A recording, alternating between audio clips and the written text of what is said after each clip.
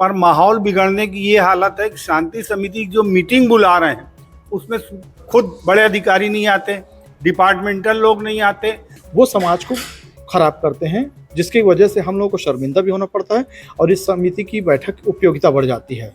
जी रोले।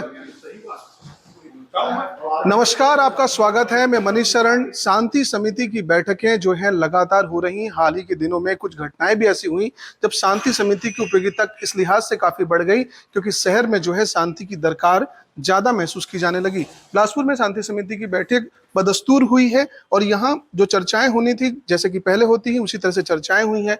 कुछ यंग जो है समिति के लोग हैं और कुछ जो है वो उम्रदराज लोग हैं जिनको काफी अनुभव है समिति में, और उन्हीं से जानने का प्रयास करेंगे कि आखिरकार शहर को इतनी ज्यादा शांति की दरकार क्यों महसूस हो रही है। शांति समिति की बैठक रूटीन में होती है और मौजूदा सरकार भी चाहती है कि शहर में जो है शांति रहे, प्रदेश में शांति रहे।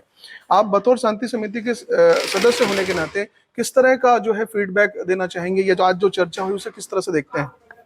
शासन द्वारा, पुलिस प्रशासन द्वारा यहाँ शांति व्यवस्था हम मांग करते हैं, शांति व्यवस्था बनाए रखें और पूरा वो सहयोग करें। ये त्यौहार जो हर साल यहाँ मनाया जाता है बकरीद, बहुत ही शांतिपूर्ण ढंग से मनाया जाता है। इसको देखा गया, हर साल देखते हैं हम लोग, और बहुत ही मिलनसार ये त्यौहार है। एक दूसरे से भाईचारा बनाए रखते हैं हम लोग, यही संदेश। समिति की अपनी एक उपयोगिता है, साथ ही लॉ एंड ऑर्डर मेंटेन करने की जिम्मेदारी जो है जिला प्रशासन और एडमिनिस्ट्रेशन को होती है, पुलिस को होती है। क्या लग रहा है कि हाल ही के दिनों में जो घटना हुई है उसके बाद कैसे बदल रहे हैं परिस्थितियां?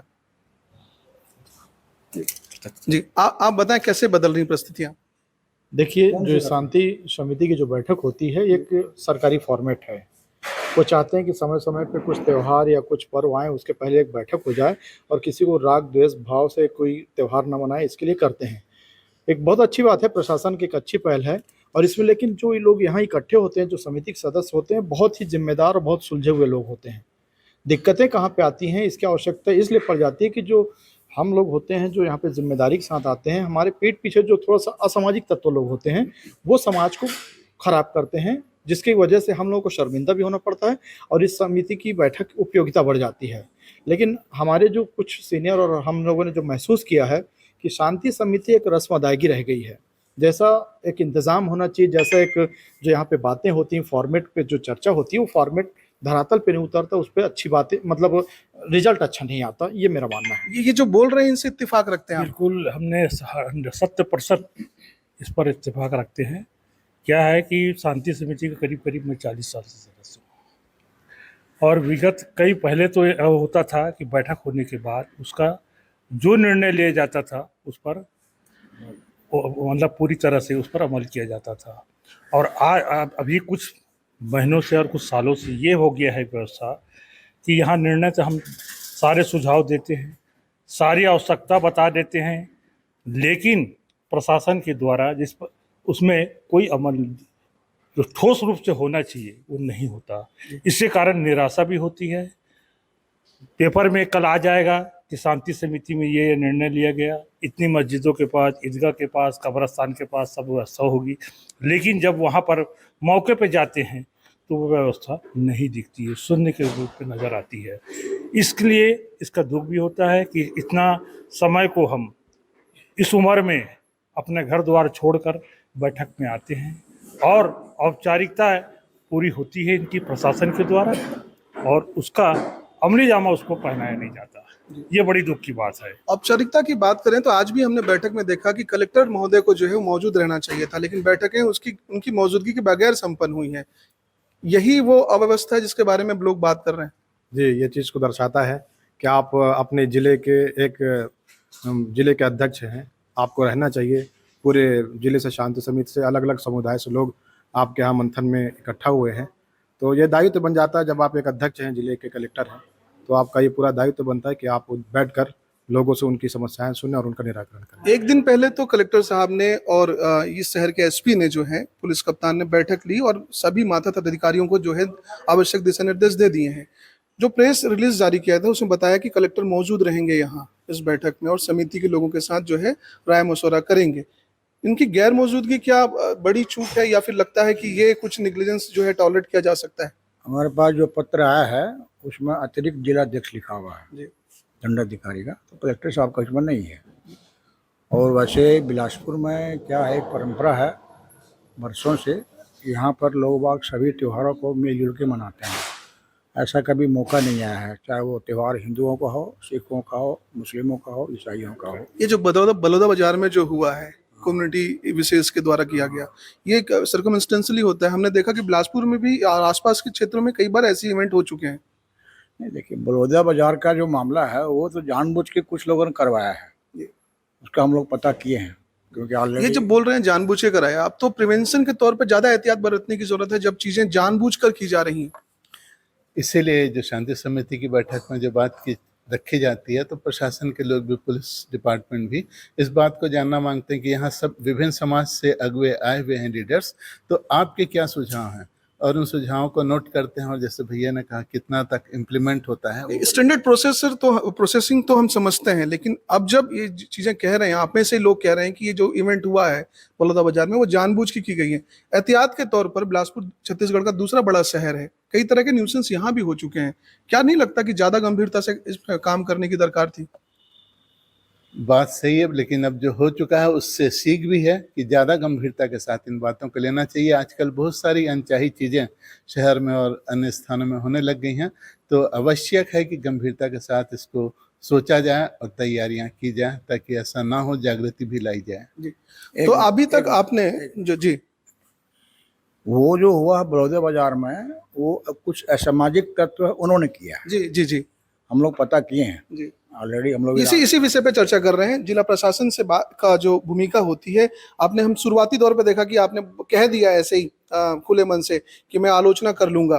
क्या लग रहा है, क्यों ऐसी स्थिति बनी कि आलोचना करनी पड़ेगी जिला प्रशासन और पुलिस प्रशासन की? देखिए, जिला प्रशासन, पुलिस प्रशासन या शासन बहुत अच्छा प्रयास किया शांति समिति के द्वारा एक कंट्रोल करने की कोशिश की, माहौल ना बिगड़े। पर माहौल बिगड़ने की ये हालत है कि शांति समिति जो मीटिंग बुला रहे हैं उसमें खुद बड़े अधिकारी नहीं आते, डिपार्टमेंटल लोग नहीं आते।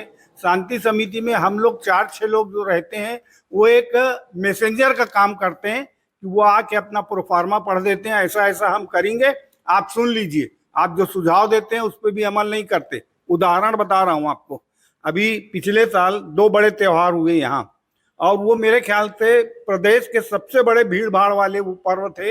एक था हनुमान जयंती और दूसरा चैत्र नवरात्रि के 10 जुलूस निकलते थे, शहर में चलने की जगह नहीं रहती थी। उस समय 2-3 सुझाव दिया मैंने इनको, शांति समिति वालों को। हाँ, पता नहीं कलम में क्या लिखे, नाम लिखे, पता लिखे, कोई उस पर अमल नहीं किया गया।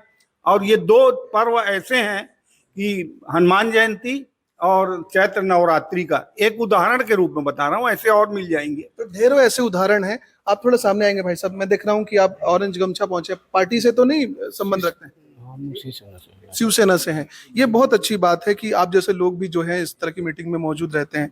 जो मौजूदा समय में जो सरकार है भारतीय जनता पार्टी की, उनके प्रयासों में, उनके जो प्रयास कर रहे हैं और जो उनकी नीयत है, उसमें कहीं फर्क महसूस करते हैं क्या?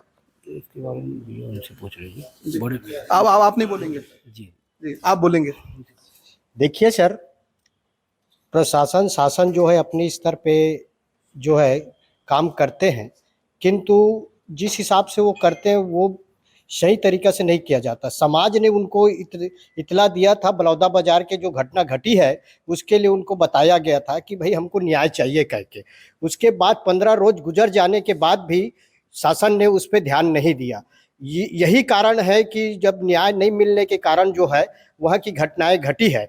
हमारे बिलासपुर शांति समिति के बैठक में हमने उस घटना की भरसक निंदा की है और भविष्य में इस तरह की घटनाएं न घटे, ऐसे हमने कलेक्टर साहब को सुझाव दिए हैं। रही बात हमारी शांति समिति में जो मुख्य पदाधिकारी होते हैं, जो अपने अपने समाज का नेतृत्व करते हैं, उसके जो है के उपेक्षा करते हुए संबंधित अधिकारी जो होते हैं, जिला कलेक्टर होते हैं कि एसपी साहब होते हैं, वो लोग हमारी बातें को सुनते नहीं हैं और न सुनने के कारण ही ऐसी अप्रिय घटनाएं जो है समाज में घटित होती है। फिर चाय पीजिए और बिस्किट खाइए और चलते बनिए। यही औपचारिकता रख जाती है सर, बाकी और कुछ नहीं है।